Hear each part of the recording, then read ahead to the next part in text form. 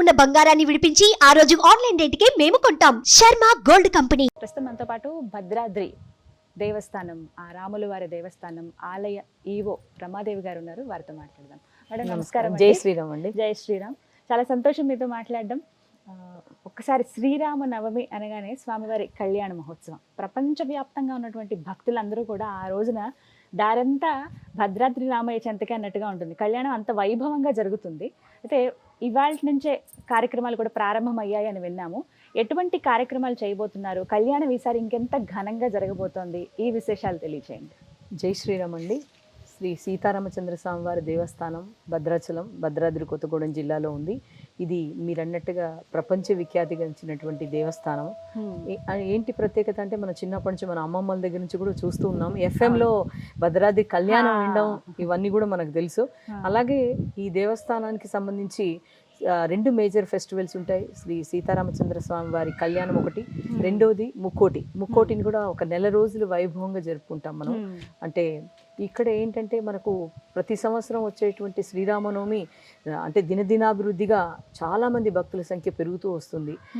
దానికి తోడు ఈ మధ్య కాలంలో అంటే మనకు 2020 ఆ టైంలో కరోనా ఆ ప్రభావం వల్ల భక్తుల సంఖ్య గణనీయంగా తగ్గిపోవడం, దాని తర్వాత తిరిగి పుంజుకోవడం మనకు 2021 నుంచి ఇది తిరిగి పుంజుకుంటుంది. అంటే శ్రీరామచంద్ర స్వామి వారి కళ్యాణం అనగానే కూడా మనకు తలంబ్రాలు గుర్తొస్తాయి. అలాగే ప్రపంచ విఖ్యాతిగాంచినటువంటి దేవస్థానం అనడానికి ఎక్కడెక్కడి నుంచో యుఎస్ నుంచి కానీ, ఇతర దేశాల నుంచి కానీ, ఇతర రాష్ట్రాల నుంచి కానీ వేలాది మంది భక్తులు రోజు దర్శించుకుంటూ ఉంటారు. మనకు సంబంధించినటువంటి సీతారామచంద్ర స్వామి వారి దగ్గరికి వచ్చి వారు వివిధ పూజల్ని, అందుకే మేము వారికి అందరికీ కూడా అందుబాటులో ఉండడానికి ఆన్లైన్లో వెబ్సైట్లో కూడా 24 పూజల్ని కూడా మేము ఉంచడం జరిగింది. అలాగే ఇంతకుముందు అకామిడేషన్ మామూలుగా జనరల్ ఇక్కడికి వచ్చి బుక్ చేసుకునేవారు, ప్రైవేట్వి అవి తెలియకపోవడం వల్ల చేసుకునేవారు. ఇప్పుడు ప్రస్తుతం మేము వచ్చే భక్తుల కోసం ఆన్లైన్లోనే మనం బుక్ చేసుకునే సౌకర్యం కల్పించాము. అలాగే తలంబ్రాలను కూడా ఆన్లైన్లో బుక్ చేసుకునే సౌకర్యం కల్పించాము. ఇంకా ప్రత్యేకంగా చెప్పాలంటే శ్రీరామచంద్ర స్వామి వారి దేవస్థానానికి వచ్చేటువంటి ఏదైతే తిరు కళ్యాణానికి వస్తారో వారందరికీ కార్గో అంటే ఆర్టీసీ వారి ద్వారా కూడా మనం వారి ఇంటి వద్దకు కూడా చేరుస్తున్నాము. పోస్టల్ డిపార్ట్మెంట్ ద్వారా కూడా చేరుస్తున్నాము. అలాగే మొత్తం మీద అంటే సీతారామచంద్ర స్వామి అనగానే గుర్తొచ్చేది భద్రాద్రి. ఎవరికైనా కూడా ఎన్ని దేవాలయాలు ఉన్నప్పటికీ కూడా ఇది ఒక ప్రత్యేకమైనటువంటి దేవాలయము. అందులో మనకు శ్రీ సీతారామచంద్ర స్వామి వారి దేవాలయం అనగానే ఇప్పుడు శ్రీరాముల వారి కళ్యాణం వచ్చే నెల ఏప్రిల్ 16 ఎదుర్కోలతో మనకు మొదలవుతుంది. అంటే మొత్తం మీద బ్రహ్మోత్సవాలు ఉగాది రోజు నుంచి స్టార్ట్ అవుతాయి. ఉగాది 9th ఏప్రిల్ నుంచి మనము దాదాపుగా 23 వరకు అంటే పక్షోత్సవాలు ఇవి జరుపుకుంటాము. అందులో 16వ తారీఖు ఎదుర్కోళ్ళు, 17వ తారీఖు మనకు తిరుకళ్యాణము అంటే బ్రహ్మోత్సవాల్లో ముఖ్యమైనటువంటి దినము మిథిలా స్టేడియంలో మనం జరుపుకుంటాము. అలాగే మిథిలా స్టేడియంలో వెరీ నెక్స్ట్ డే అంటే 18 ఏప్రిల్ రోజున మనం అంటే పటాభిషేకాన్ని కూడా జరుపుకుంటాము. ఇది ఎక్కడా ఉండదు. అంటే ఈ ముహూర్తం కూడా సాయంత్రమో లేదా చాలా ఇదిగా వేరే వేరే కానీ ప్రత్యేకంగా మధ్యాహ్నమే అలాంటి ముహూర్తంతో మేము ఈవెన్ రోజు జరిగేటువంటి నిరంతరం నిత్య కళ్యాణాలు చేస్తూ ఉంటారు దేవాలయంలో, అది కూడా అదే ముహూర్తంతో చేస్తారు జనరల్లీ. అలాగే బయటికి ఎక్కడన్నా మేము మాకున్నటువంటి ప్రచార రథం అని ఉంటుంది, దాని ద్వారా కూడా ఈ మన సంబంధించి ధర్మమత ప్రచారం కోసం పంపించే దగ్గర కూడా మేము ఉదయం మాత్రమే అంటే మధ్యాహ్నం లోపే కళ్యాణం అనేది రాముల వారి లగ్నం ప్రకారంగా మనం జరుపుకుంటాం అనమాట. దీనికి సంబంధించి మనము సీతారామచంద్ర స్వామి వారి దేవస్థానానికి పెద్ద ఎత్తున భక్తులు వచ్చే అవకాశం ఉంది. మనందరికీ తెలుసు ఆర్టీసీ బస్సు సౌకర్యాలు ఇవన్నీ కూడా పెరిగిపోయాయి కాబట్టి దాదాపుగా 50-60 వేల కంటే ఎక్కువ ఉంటారు కానీ తక్కువ ఉండరు. ఈ రోజు మనము దానికి అంకురార్పణగా ఈరోజు ప్రత్యేకంగా 25 అంటే మనకు పౌర్ణిమ కూడా ఉంది మనకు. అందులో మనకి ఏంటంటే హోలీ మనం జరుపుకుంటున్నారు కదా, నిన్నటి నుంచి జరుపుకుంటున్నారు దేశవ్యాప్తంగా. అలాగే ఈరోజు మిగులు అంటే ఈ రోజు ఉదయాన్న మనం అందరం కూడా ఇక్కడ పెద్ద ఉత్సవాన్ని జరుపుకున్నాము. అది ప్రత్యేకత ఏంటంటే రాముల వారు ఈరోజు అంటే ఆయన పెళ్లి కొడుకు చేసిన సందర్భంగా కూడా చెప్పుకుంటారనమాట.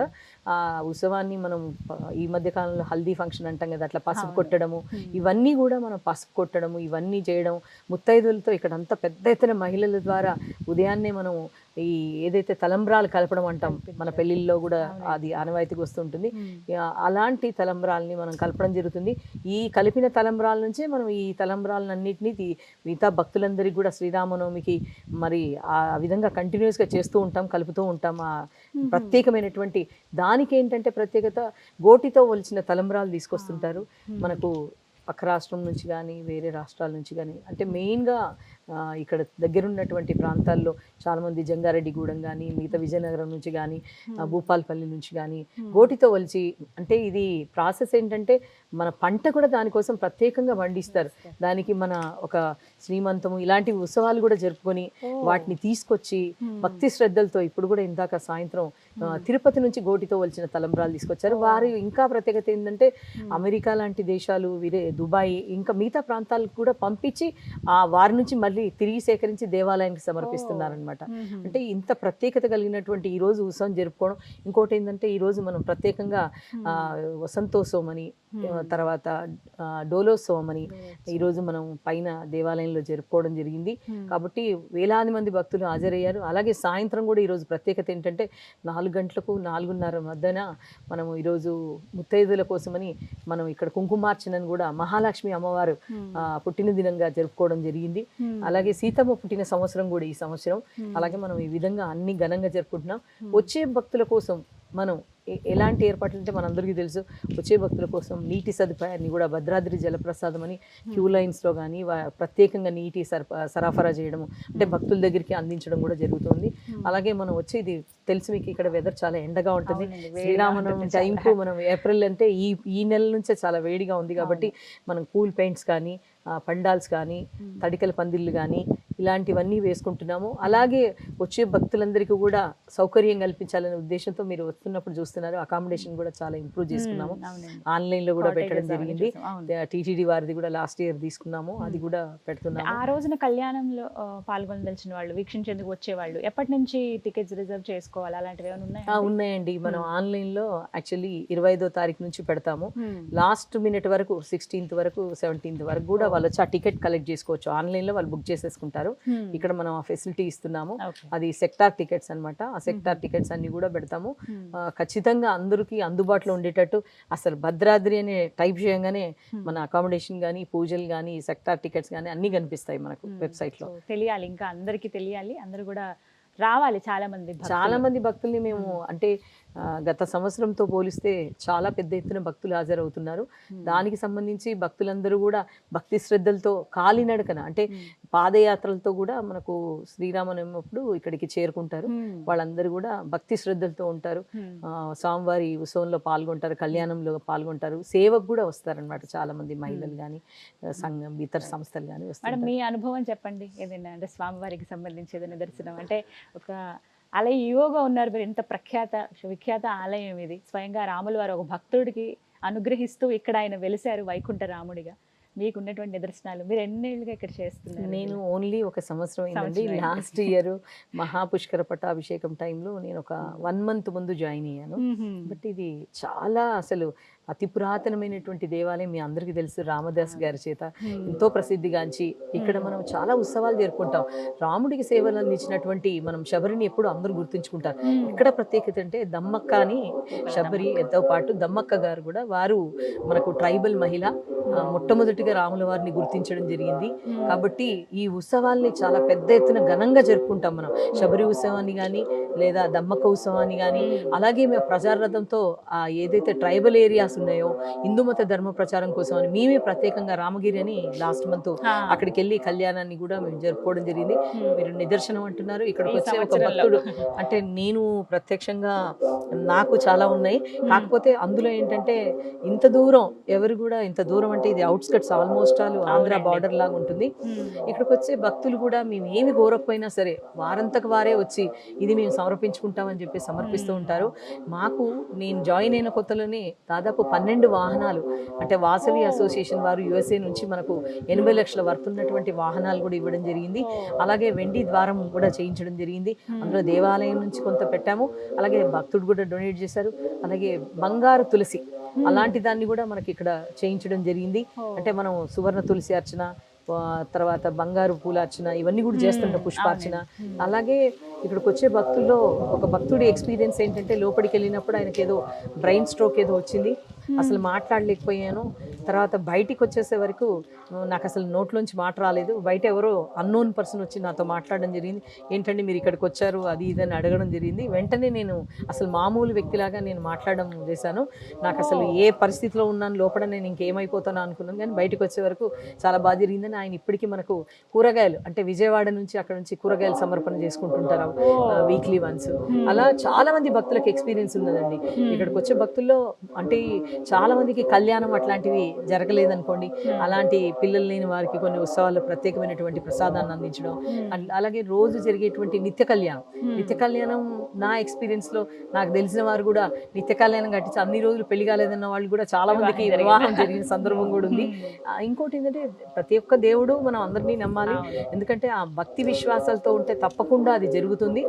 ఎవరైతే భక్తితో వచ్చి ఇక్కడ వారు పూజించుకుంటారో వారికి తప్పకుండా మంచి శుభ పరిణామాలు జరుగుతాయి. నిజంగా రామయ్య ఉన్నారు ఇక్కడ, రామయ్య ఉన్నారండి. అసలు పిలిస్తే పలికే రామయ్య, అందుకే జై శ్రీరామ్ అంటారు.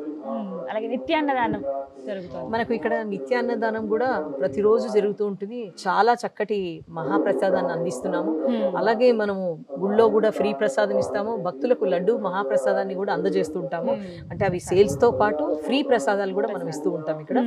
ఇక్కడ ఏంటంటే ప్రత్యేకత అన్నదానము మనము ఎంతమంది వచ్చినా మనం పెట్టగలుగుతున్నాం. ఈరోజు ఎంతమంది డైలీ మనం 500 కంటే తక్కువ ఎవరు ఉండరు. అలా అని మనం ఇప్పుడు 2000, 3000 కూడా పెడుతున్నాము, అన్లిమిటెడ్ గా పెడుతున్నాము. కాకపోతే ఆ ప్లేస్ ఏదైతే ఉందో అది కొంచెం కంఫర్టబుల్ గా లేనందున మరి మేము ఇంకో ప్రదేశాన్ని కూడా మేము ఒక 1000 మందికి అట్ ఏ టైం పెట్టేలాగా కూడా ప్లాన్ చేసుకుంటున్నాము. వచ్చే భక్తుడు ఎవరిని నిరాశపరచకుండా, అంటే టోకెన్ అనేది కూడా ఎందుకు ఇస్తామంటే కౌంట్ కోసం, మార్నింగ్ ఎంత మందికి వడ్డించాలి అనేది మనం తెలుసుకోవడం కోసం ఇస్తుంటాం. అది లేకపోయినా కూడా ప్రతి ఒక్క భక్తుడిని మేము కూడా కదిలిస్తాను అనమాట. వెళ్ళేటప్పుడు మీరు అన్నదానం అక్కడ ఉందండి, మహాప్రసాదం తినాలని చెప్పడం జరుగుతుంది. చక్కగా వెళ్తుంటారు. ఇప్పుడు అన్లిమిటెడ్ ఈ రోజు కానీ ఈ రోజు కూడా మీరు చూసుంటారు, ఇన్ని వేల మందికి కంటిన్యూస్ గా మీరు వెళ్ళి చూడండి. ఆ దాంట్లో కూడా చక్కటి టేస్ట్ తో వాళ్ళు మళ్ళీ మహాప్రసాదాన్ని వేడివేడిగా వడ్డిస్తే తిని వెళ్తుంటారు. అందరికి నేను ఇక్కడికి వచ్చే వాళ్ళకి కూడా చెప్తుంటాను జనరలీ, ఎంత విఐపీస్ వచ్చిన మహాప్రసాదాన్ని తీసుకోండి అంటే తప్పకుండా తీసుకుంటారు ఇక్కడ. అందుకే మనకు అన్నదానానికి కూడా నిధులు కొరత లేదు, మనకు చాలా చక్కగా జరుగుతుంది. ఇంకా జరపాలనే ఉద్దేశం కూడా ఉంది మాకు. వైభవంగా జరుగుతుంది. కళ్యాణంకు మనం అసలు చాలా ప్లాన్ చేస్తున్నాం. ఆలయ ఈవోగా మీ లక్ష్యం ఏంటి? భద్రాద్రి ఆలయాన్ని, రాములవారి ఆలయాన్ని ఎలా చూడాలనుకుంటున్నారు? అంటే మీ భావన, మీ ఆలోచన. భద్రాద్రి ఆలయము మనందరికీ తెలుసు, ఇది నేను చూడాలని కాదు, ప్రతి ఒక్కరూ చూస్తూ ఉన్నారు. ఇప్పటికే చాలా ప్రఖ్యాతిగాంచినటువంటి దేవాలయము. దీనికి సంబంధించి డెవలప్మెంట్ కూడా రాబోయే రోజుల్లో జరగబోతుంది మనకు యాదాద్రి లాగా. అలాగే మనకి ఇక్కడ వచ్చే ప్రతి భక్తుడికి ఇప్పుడున్న ఫెసిలిటీస్ లో కూడా వచ్చే భక్తుడికి మినిమం ఫెసిలిటీస్, ఒక మంచినీరు అందించడం కానీ, మహాప్రసాదం పెట్టడం కానీ, అంటే షెల్టర్, అంటే వచ్చినప్పుడు భక్తుడు ఇప్పుడు మేము రేపు శ్రీరామనవమికి కూడా బాగానే మేము నది ఒడ్డున కానీ ప్రత్యేకమైనటువంటి ఏకెంట్ స్థలాల్లో కూడా మేము వారికి టెంపరీ షెల్టర్ కూడా మనం ఏర్పాటు చేయడం జరుగుతుంది. అలాగే రాబోయే రోజుల్లో డోనార్స్ ఆహ్వానించి, అలాగే డిపార్ట్మెంట్ తరఫు నుంచి కూడా మేము కన్స్ట్రక్షన్ జరుపుతున్నాము. టీటీడీ నుంచి దాదాపుగా 32 రూముల కన్స్ట్రక్షన్ మనకు అందింది. తర్వాత ఇంకొక 30 రూములు మనం దేవస్థానం తరఫున కూడా నిర్మించుకుంటున్నాము. రేపు ఎల్లుండంటే ఈ వారం రోజుల్లో కూడా ఇక్కడే కాటేజ్ కూడా ఓపెన్ చేసుకోబోతున్నాము. లాస్ట్ శ్రీరామనవమికి కూడా మేము టీటీడీతో పాటు ఇక్కడ ఒక పెద్ద కాటేజ్ ని కూడా రెనోవేషన్ చేసి మళ్ళీ ఓపెన్ చేసుకున్నాము. ఇంకా బాగా అంటే వచ్చే ప్రతి భక్తుడికి కూడా కాదనకుండా, అంటే దర్శనం అయితే మీరు ఎన్ని వేల మంది వచ్చినా కూడా ఆ క్యూ లైన్ ఫెసిలిటీస్ కూడా కొంత మార్చుకోవాలనుకుంటున్నాము. అయినప్పటికీ కూడా ఎక్కడ ఆటంకం కలగకుండా చక్కటి దర్శనం అవుతుందండి. అసలు ఎవ్వరు కూడా ఇక్కడ ప్రత్యేకమైనటువంటి డ్రెస్ కోడ్ ఉంటుంది. డ్రెస్ కోడ్ ఉన్న వాళ్ళకి లోపలి వరకు వెళ్తారు, లేదా స్వామివారి అక్కడ మెయిన్ అక్కడ ఎక్కడికి వరకు వెళ్ళగలుగుతారు అక్కడ వరకు పంపిస్తాము.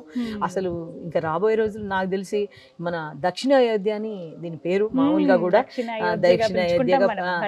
ఎందుకంటే మనకు జనవరి 22వ తారీఖు మొత్తం దేశం అంతా అయోధ్య సైడ్ చూసారు.